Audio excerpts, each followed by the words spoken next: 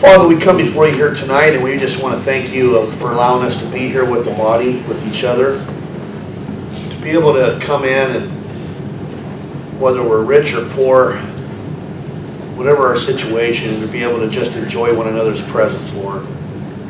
The world is so out of whack. Would you help us to be able to be a witness to the world by the love that we have for one another here? So we ask that you would help us to learn more about you here tonight, Lord. As we get into your word, let us be a sponge to your word and to grow. In the name of Jesus. Amen.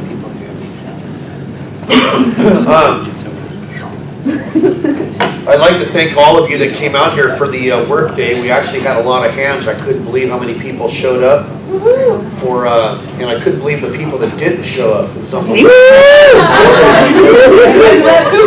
Oh my God. You know what I mean? I had to sit there and calm myself down. You know? And Christmas party, December 19th. He's a good guy. 1 o'clock in the afternoon. It's mandatory, steak and lobster only. The lobsters are about that big.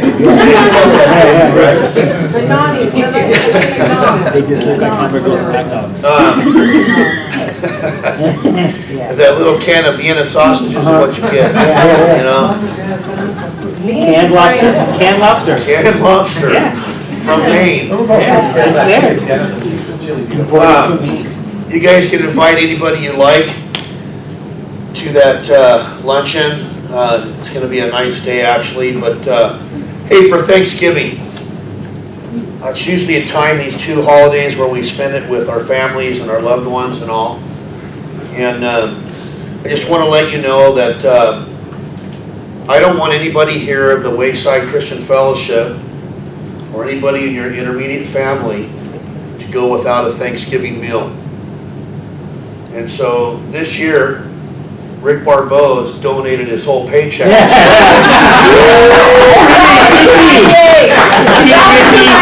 He's really growing. You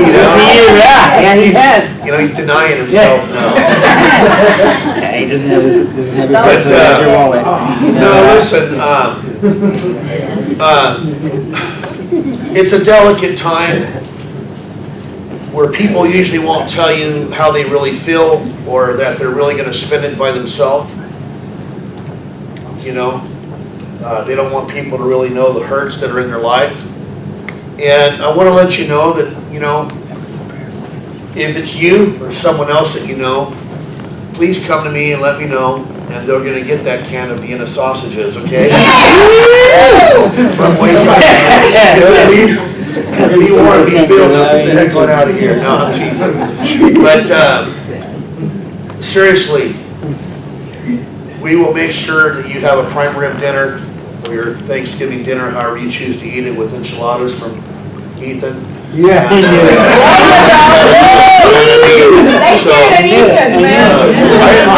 I go to everybody's house. Well, that's one meal from everybody. Yeah. But I want you to know that you're loved and that people still care about you. And there are a lot of good people around. Okay? And it's a tough time. If you have your Bible, would you open up to 2 Corinthians chapter 6? Paul was writing this around 55 to 57 AD from Macedonia. He was writing it to the church of Corinth, no doubt, and to most of the believers that were there, or to all the believers. And we know that this second letter here is really the third letter. We know that there were a couple of letters that were lost along the way. And all we have today is 1 and 2 Corinthians, by the way. But we know that the Apostle Paul had written another format and so forth to the Corinthians. Paul says, "We then, as workers together with him, also plead with you not to receive the grace of God in vain. For he says, in an acceptable time I have heard you, and in the day of salvation I have helped you. Behold, now is the acceptable or the accepted time. Behold, now is the day of salvation. We give no offense in anything, that our ministry may not be blamed. When you look at the very first verse, and it says, we then as workers together. I like that, as Paul is saying that he's doing the things with the Lord together. It's not about Paul. It wasn't a Paul thing. It was a Jesus thing. See? And it's neat to be able to be with, Gino made me laugh. It's neat to be able to be with each other, and I'm going to spank you. It's neat to be able to be with each other as you pretty much go into the middle of the book there in Psalm 133:1, where David said, behold, and how good it is. Look how great it is, guys. How blessed it is to have the brethren together, dwelling together in unity. And this is what Paul's really saying. He's saying, it's me and Jesus. It's all about the Lord. We then as workers together with him also plead with you not to receive the grace of God in vain. Now we know the church of Corinth there was pretty messed up. Paul was giving them this second letter for instruction, direction. And many of them, and many people, as you probably are aware of every day in your walk and in your life, you'll experience many people that will take God's grace in vain. Many people think that it's just God's grace, so it gives them an e-ticket to go out and live a life of licentiousness and a life of sin. They're deceived. That's what God saved us from. Okay? And so, I'm amazed at how many people, though, when it's an acceptable time, the time is now. Nothing like the present. The past doesn't belong with you anymore. They're memories, okay? But doesn't do them any good now. I can look back at what God did for me, and I can bank on what God's going to do for me now. He delivered me then, he'll deliver me now, however he chooses to do that. But I don't look back at me and Debbie's life for the 36 years I've been with her, and I don't look back at the bad or the good. I look at the good, the bad, and the ugly. I look at the whole thing, because I couldn't see God's hand in the beginning. See, Eric thought I was talking about Clint Eastwood, see?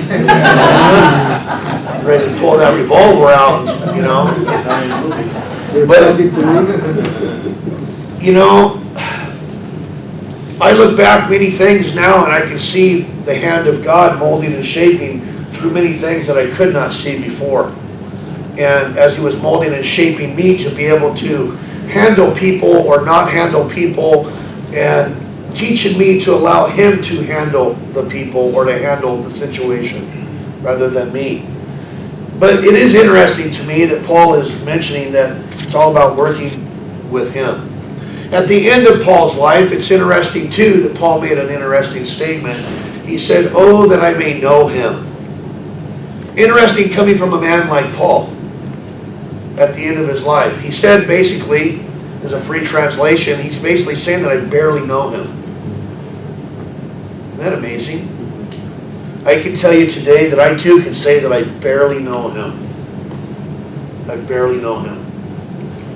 It's amazing.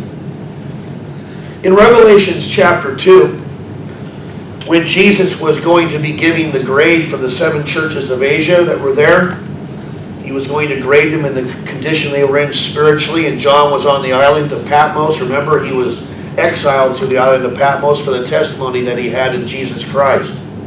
Rome was in control at that time. By 85% of the whole world, it was Roman law. And they tried killing him once, and they thought, well, okay, we couldn't do it that way, so maybe if we exile him to this island, maybe he'll go nuts and shut up and won't talk to us about Jesus no more. That's basically what they did, and he was about 95, 96 years old when they did that to that guy. Could you imagine taking a 95, 96-year-old person and doing that to them? Pretty hardcore, isn't it, what we do with people and what people do with each other around the world? I marvel at it for me. But while John was on the island of Patmos, on the island there, I'm interested for me that when Jesus was grading the 7 churches, as he used the angel there as the messenger, he was telling John, write the things down which were, write the things down which are, and I want you to write the things down which will come to pass, or which will be in the future. And the angel told John about the church there in Ephesus. He says, write these things. Saith he that holdeth the 7 stars in his right hand, who walketh in the midst of the 7 golden candlesticks. It's interesting that Jesus is in the middle of the church. He's the one that's supposed to be calling the shots. He's the one that we're supposed to be waiting upon. He's the one that we're supposed to be going to for our counsel, for our knowledge, for our instruction, for anything we need or want. He's the one that so often we don't go to first. So often people will go to the world. They'll go to the psychologist. They'll go to the counselor over here, the counselor over here, and half the time none of it lines up with the Word of God. I'm amazed at that. Paul's ministry for Jesus, that working together, it was just about accepting the grace of God. And Paul, he knew about the grace of God. When Paul came to the Lord, it's interesting how the Lord chose to allow something in this man's life to allow this man to experience a suffering or an affliction. We know that the writer of Proverbs talks about afflictions, and many of them are to the righteous, but he, that is God, delivers them out of them all. I marvel how this man Paul had a thorn in his flesh, and apparently it bothered him so bad that he brought it to the Lord, not once or twice, but 3 times. And he was serious about it. Lord, please remove this thorn in my flesh. It was a problem for him. And he experienced the grace of God. God told him, my grace is sufficient for you, Paul. I'm using that to keep you close to me. It's one of the things I'm using to mold and shape you into the image of Christ.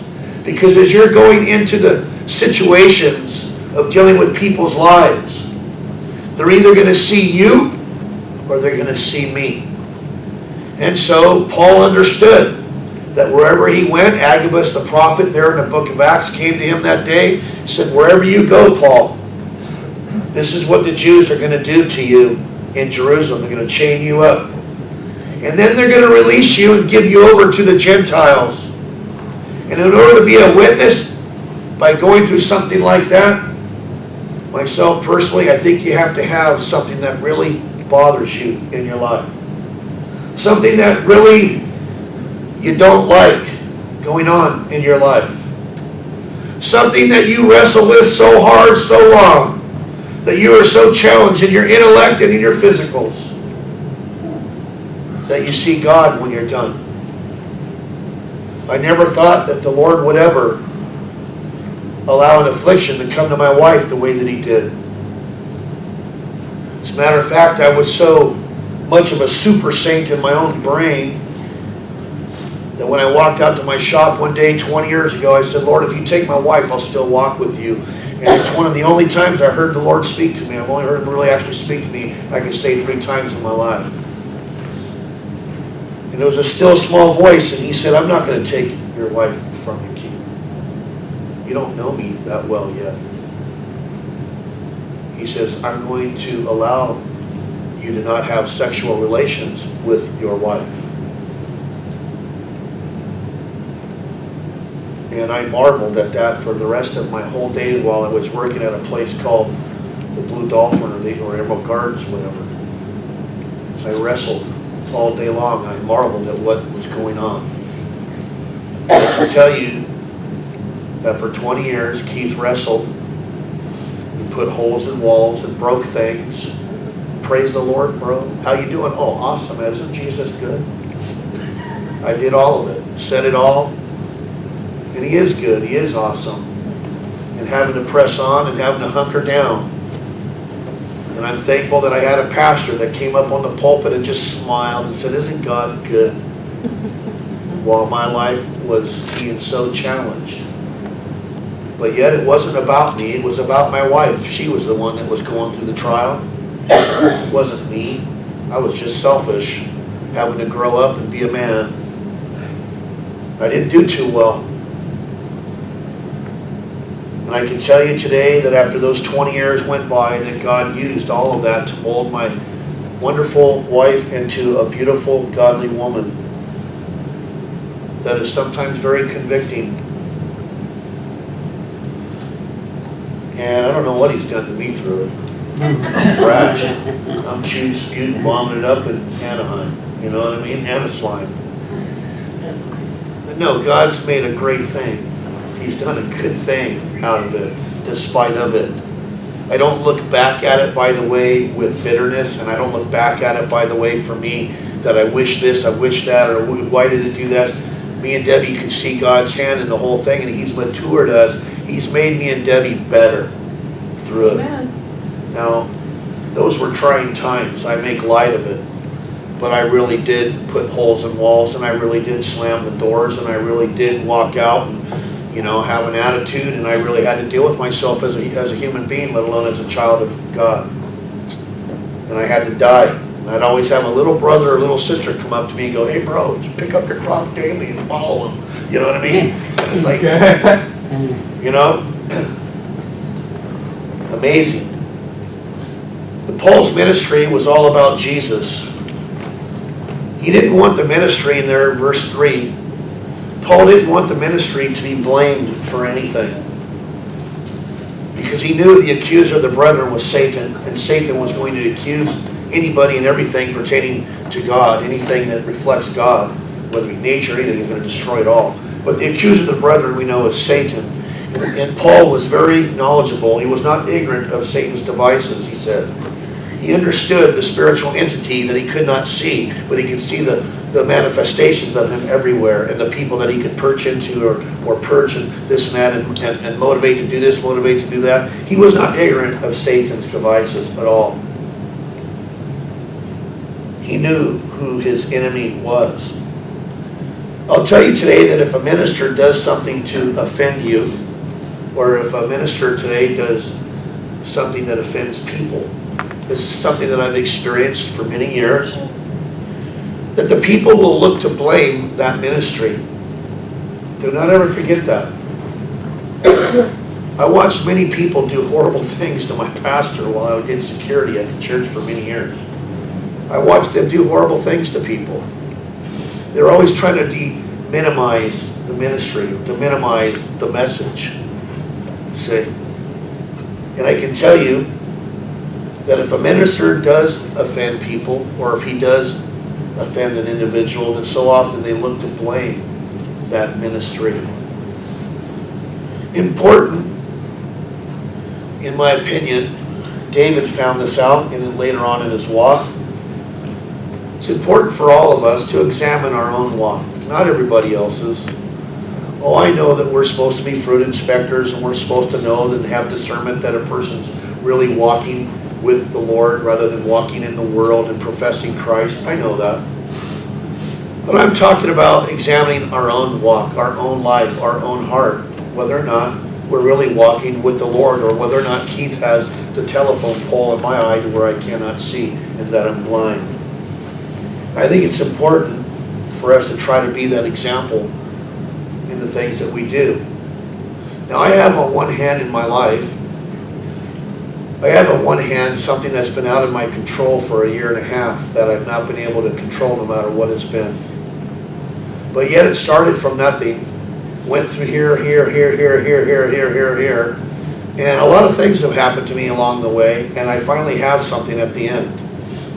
But I couldn't control any of it because I trusted people and this and that. And on the other hand, I have where I'm trying to still be an example while I go through all of that while these things are happening to me. That's a real walk for Christianity today. This is what Paul was really concerned with. In verse 4,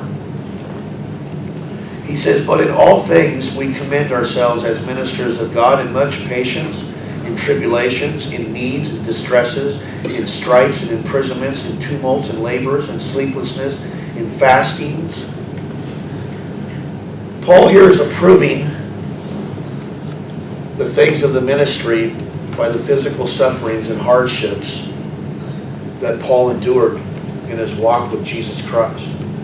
If you remember the false teachers that were there, that came in after Paul's departure, he spent a long time in Corinth. The people got to know Paul. They knew that Paul was down for them. He didn't take any money from them. He worked with his own hands. And everything he did was for an example, to be able to build the people up. They knew him, but he also knew that when he was going to leave, that wolves were going to come in sheep's clothing. And he also knew that when he would leave, that people would come in and try to minimize the word of God that he laid down for them.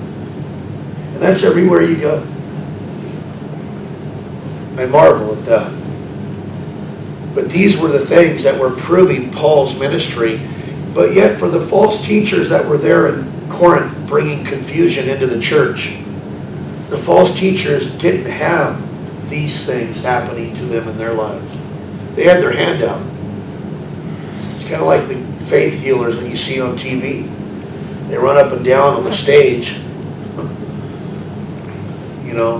they tell you how much faith and how big of a God you have, and then at the end of their message, they're asking you for your money, and why don't they go to the 6th floor over here to the hospital and start healing these kids that are full of cancer, leukemia then?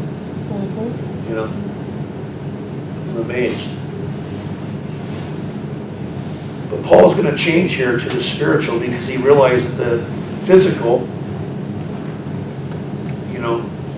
it was doing a number on him. In verse 6 here he says, by purity, by knowledge, by long suffering, by kindness, by the Holy Spirit, by sincere love. Paul changes to the Spirit. He says, by the word of truth, by the power of God, by the armor of righteousness on the right hand and on the left.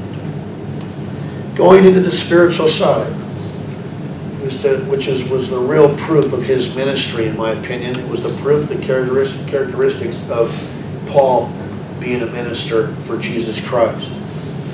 Paul was balanced. Whether he had a little bit, whether he had a lot, he was okay with the Lord. It took him many years, no doubt, like it has with us, to get there. We don't like it when it's here. We'd love to have it here, but we also know that kind of gets us out of whack. So just give us right here, Lord, and we're all right, because we've learned a few things about ourselves. Paul was an interesting guy.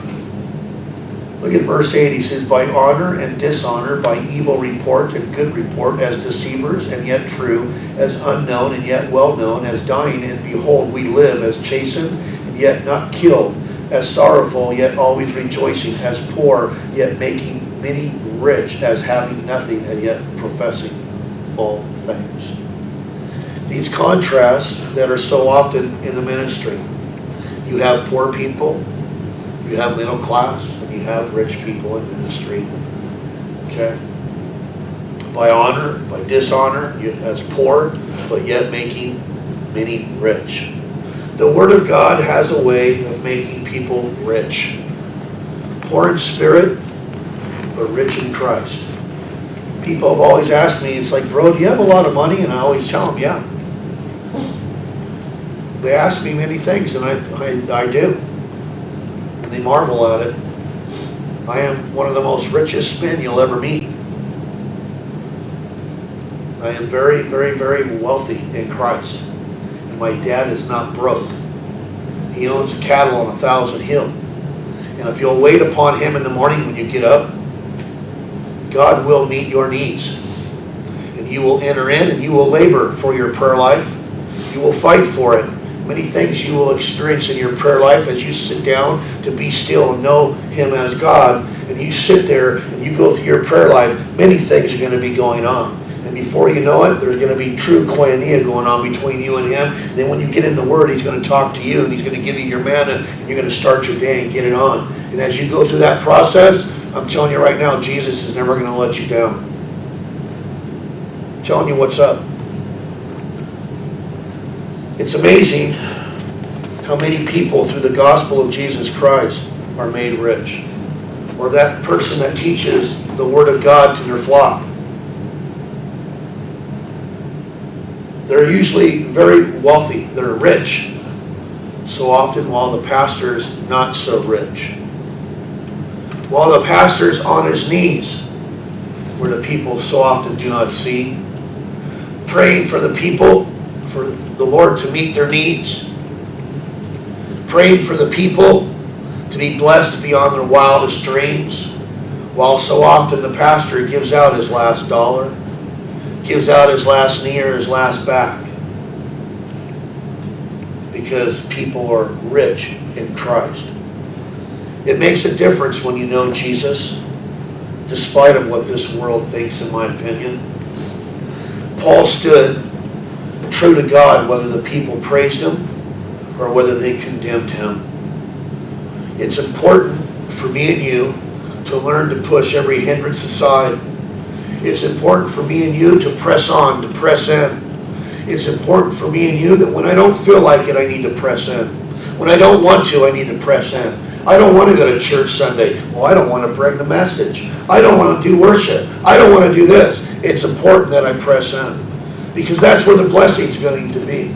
The blessing's never going to be when you want to sit home and have your vanilla Swiss ice cream, vanilla Swiss almond. Okay? It's never going to be there, and you sit there and no big deal, I'll get it on the internet or I'll watch TV. You're getting ripped off. I don't care what anybody tells you. Okay? David learned a hard lesson in his life, guys. He writes about it many times in the book of Psalms. He says, I had to learn some things, basically a free translation, until I went into the house of God, back into the congregation where God inhabits the praises of his people. And I pressed on, whether I feel like it or I don't feel like it. I realized this is where I need to be, and God, you're going to bless me, and that's it. He realized that. I had to realize that in my walk. That if Keith sits home tonight and sits there and eats his Ben and Jerry, I'm getting ripped off in many ways. See? It's important that we learn to stand firm as we trust in the Lord, rejecting the compromises. During World War II, when the Japanese declared war on us by bombing Pearl Harbor, at that time, 41, whatever it was, when our government figured out how to drop a bomb, the nuclear bomb, the Japanese government at that time, and you can go back and read it in the transcripts and stuff, it's public knowledge today. You can get portions of the things that were actually discussed by our government, from one government to another government.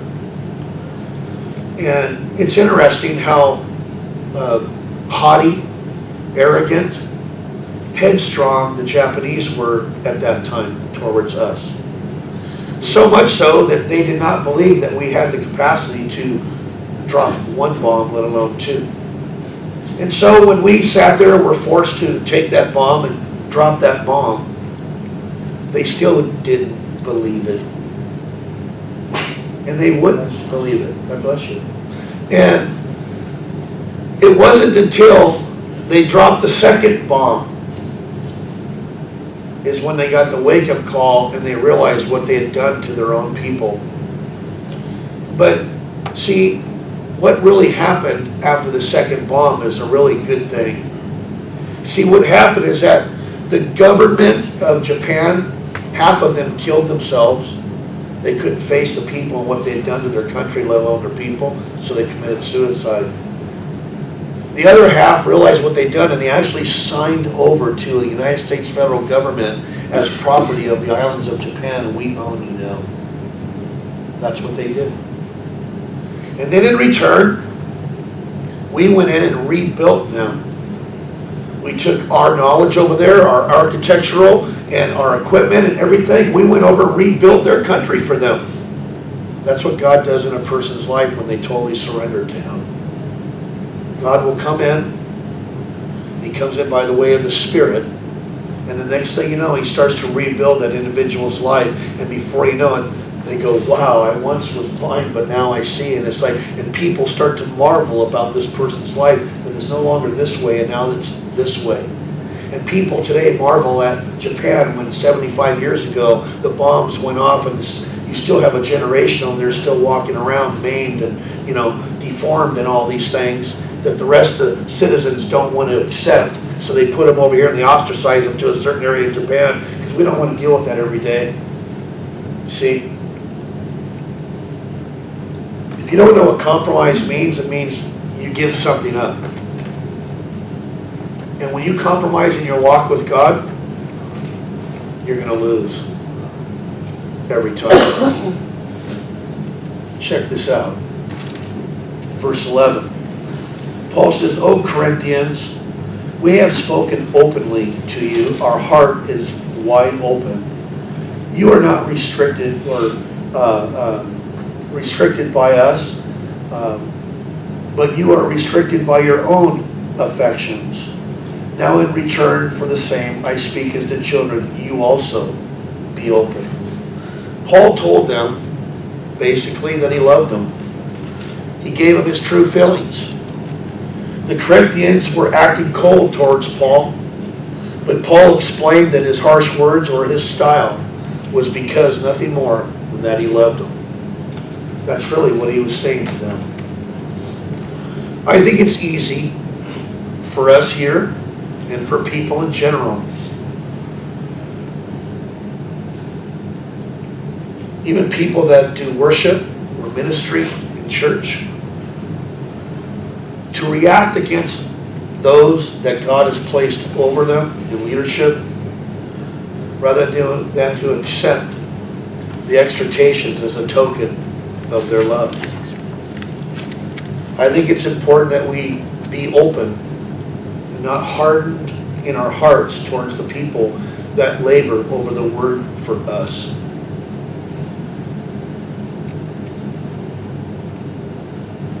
I think many people take some shots in a wrong way, that because they're in the limelight anyway as a pastor, and people have expectations, and they forget that that pastor is just a man. That's all. They forget that that worship leader is just a worship leader, just a man or a woman. We're just people. I'm just a mom. I'm just a dad. We're just people. That's all. See? But when you're in a position of leadership, it does change the game when you're representing the Lord. There are qualifications to follow. There are requirements that need to be met, etc., etc., etc. But I think many people, for me, have a tendency to harden out rather than to accept the exhortations coming from a pastor or a leader in ministry. Now, when I was at Big Calvary for many years, Romaine was an exhorter. And he would tell you to get busy. You know, and many people didn't like Pastor Romaine because he was tough.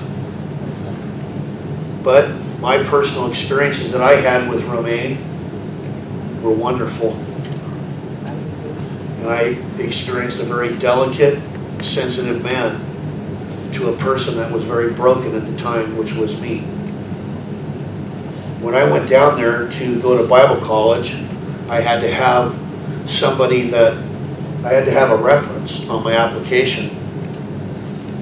Well, I didn't have any references when I came to the Lord. And so they said, well, you got to go talk to Romaine. Okay, what am I going to do about this? So I made an appointment, 11 o'clock in the morning. We went and sat inside the sanctuary, and he come out in the office and say, I'll be with you. I know that we have an appointment at 11 o'clock. I got to do something. I said, okay, whatever. You know, yeah, you're late, you know, that type of thing. He says, hey, let's go talk in the sanctuary. I said, okay.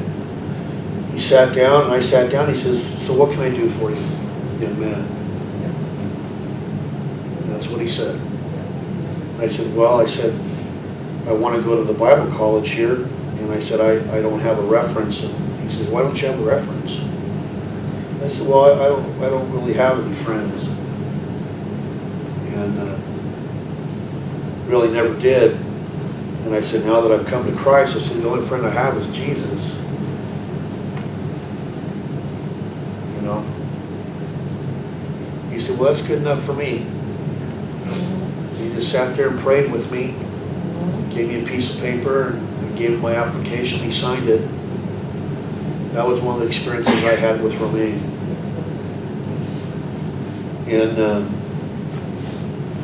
you know, the other people went in there haughty and arrogant like I did, not with him, but with someone else who got my butt cheeks handed to me, and that just happened with that, you know what I mean? And it's serious stuff. But sometimes I think we take the wrong perspective because somebody may be hard on us at a time. Now, I was hard on Dave for many years.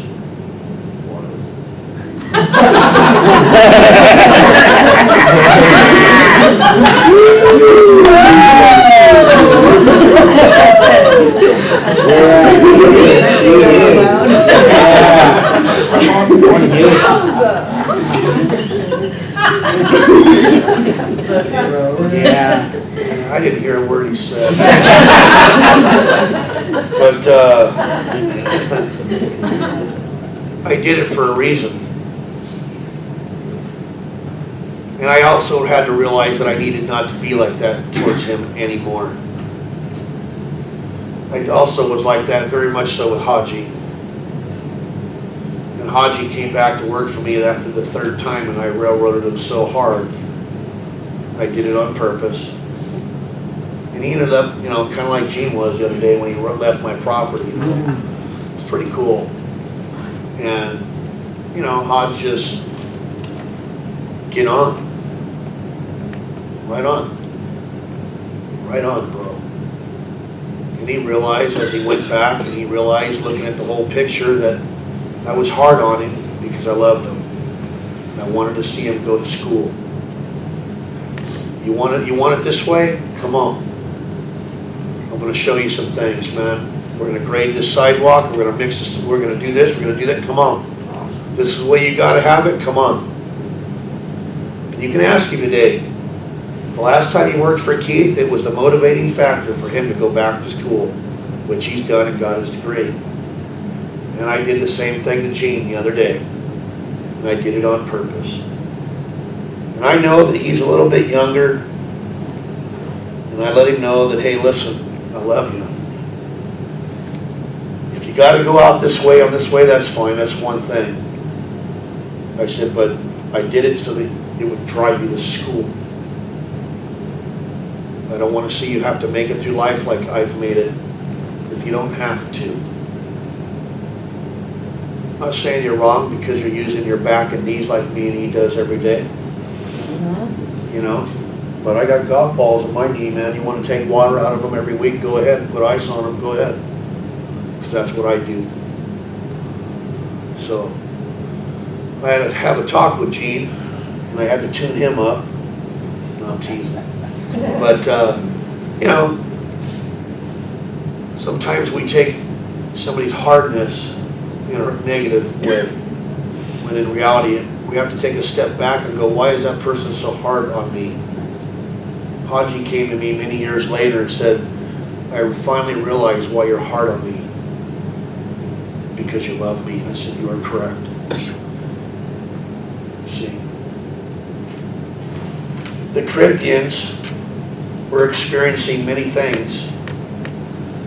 But it is interesting that that word restricted here means straightened. And that word straightened means to be pressed into a narrow place. And it means to be pressed so hard that it kind of works things out. It kind of straightens things out. That being put into a narrow place, being squeezed. We get the word anguish from the Greek word there. And anguish comes from being pressed into a narrow place. Jesus said, narrow is the way that leads to life. Hebrews says that the sufferings of Christ lead to obedience to Christ. The Corinthians weren't put into a narrow place because of Paul. They were put there because of their own bowels, is what Paul is saying. Not because of Paul. Sometimes we want to blame people for this or that, or we want to blame mom and dad. For what? It's time to build, not tear down. See?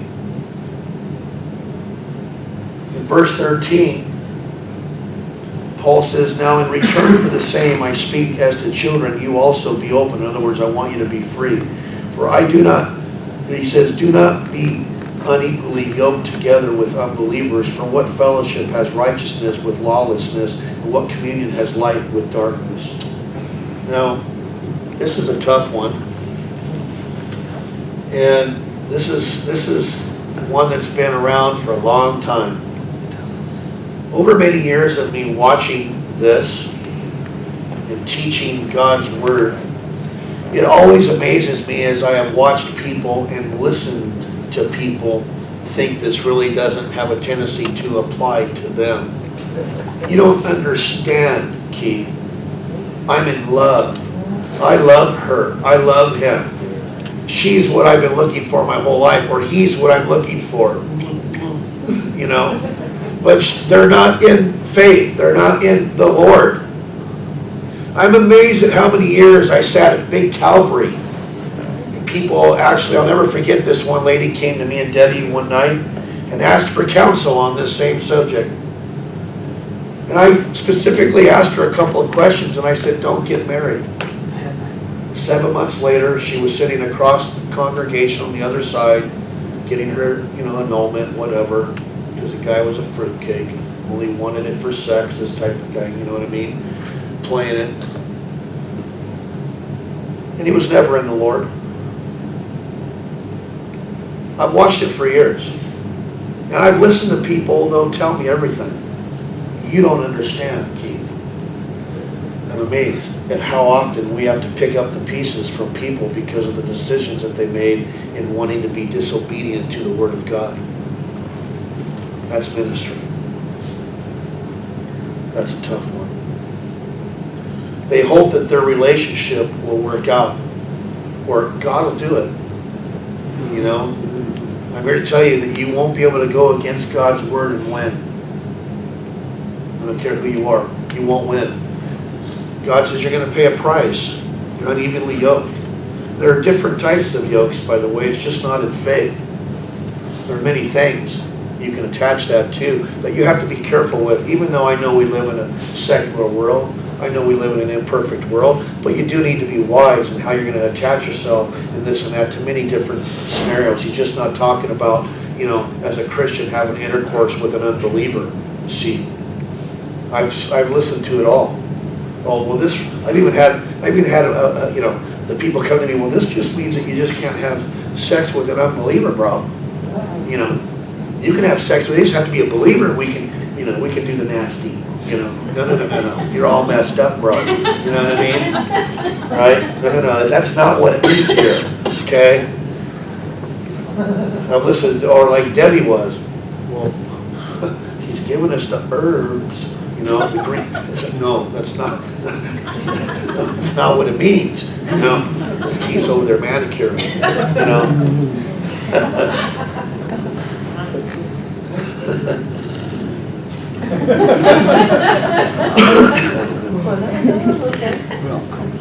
Once you get attached or once you get involved, it's so often difficult to get out. Okay? It comes with a price. They so often don't have the ethics that you have. They don't mind if they lie, steal, and cheat. You do. There's a big difference. Be careful. But you don't understand, bro. She's everything I want. I agree. Well, I want a lot of things too.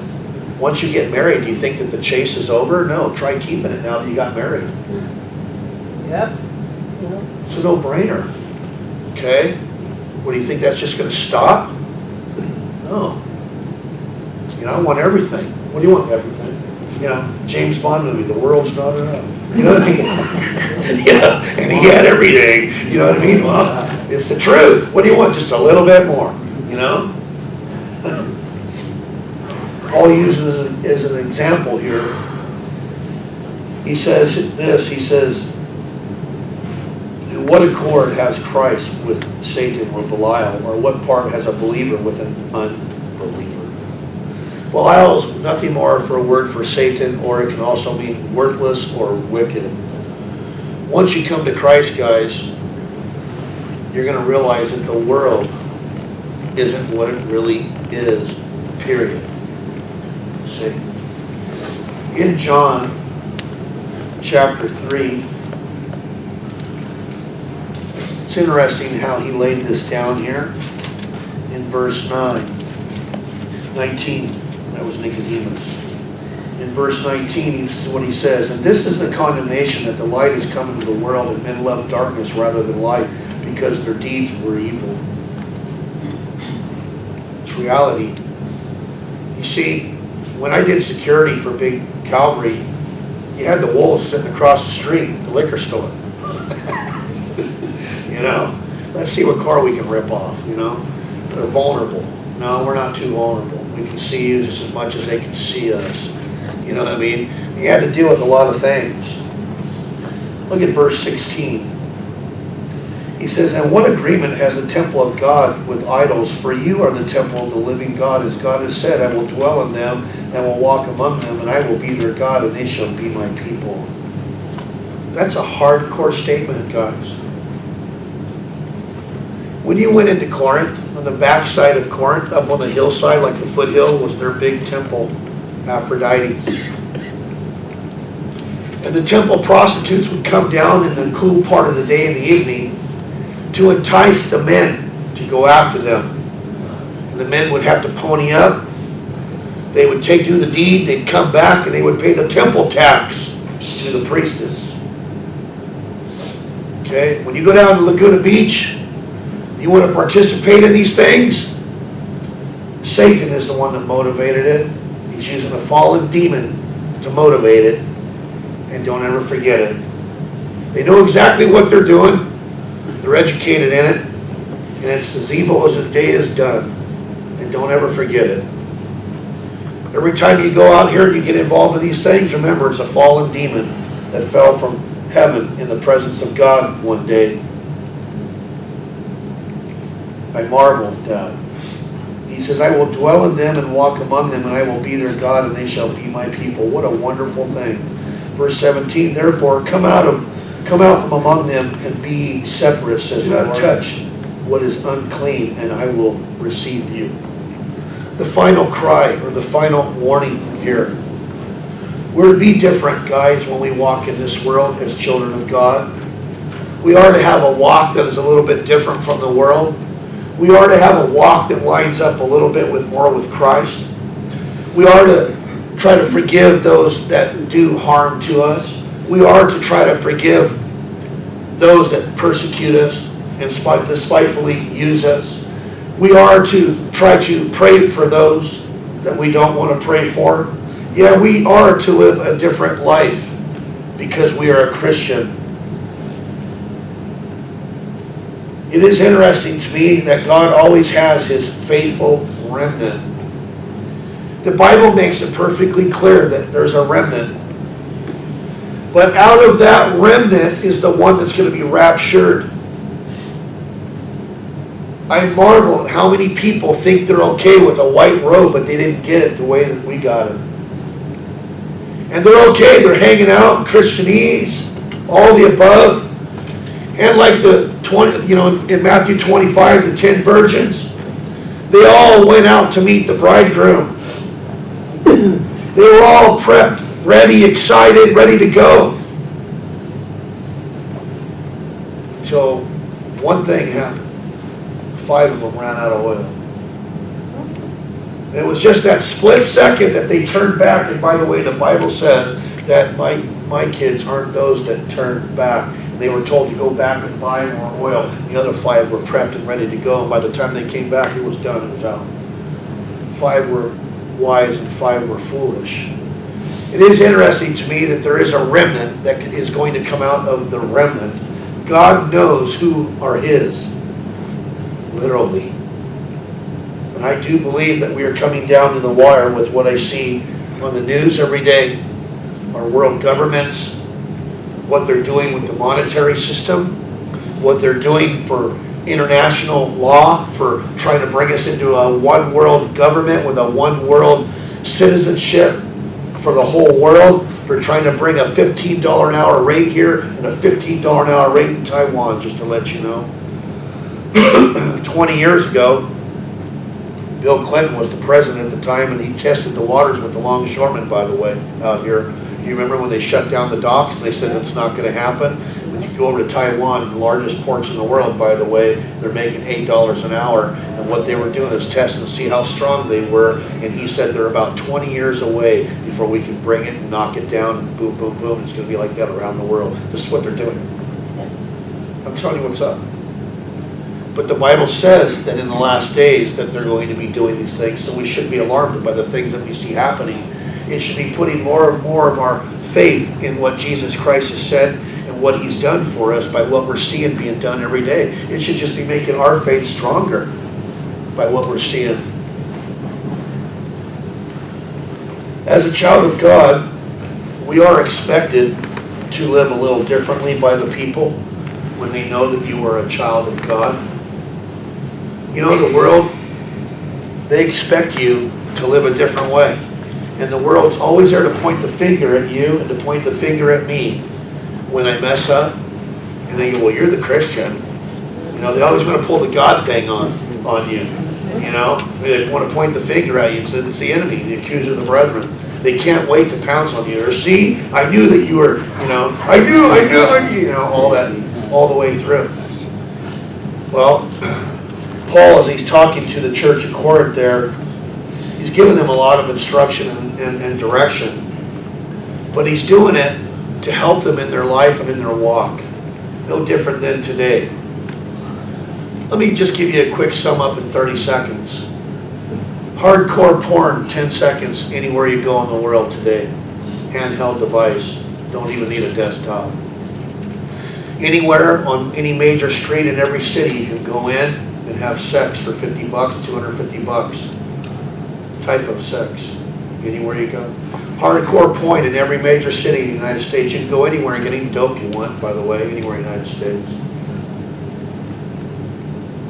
The kids today don't trust the adults. They don't want anything to do with our generation. They're afraid as they walk out into the society, as they're looking around and everybody's talking nukes. Mass destruction. They're not stupid. They're checking it out. What's going to be out there for me when houses are already an 80-year-old house in Buena Park is selling for $600,000 for 1,187 square feet, 3-bedroom, 2-bath, and the doors are 24 inches wide and this way and that way, the way it was, you know, raised up foundations because you're in flood zone and da-da-da-da-da. And, you know, where's my kid going to be now that they're 21 out here and they got to get a house for $500, $600 grand, and the jobs that are available here are $15 and $25 an hour with a bachelor's. There you go. Wow, right on. How's that going to work out?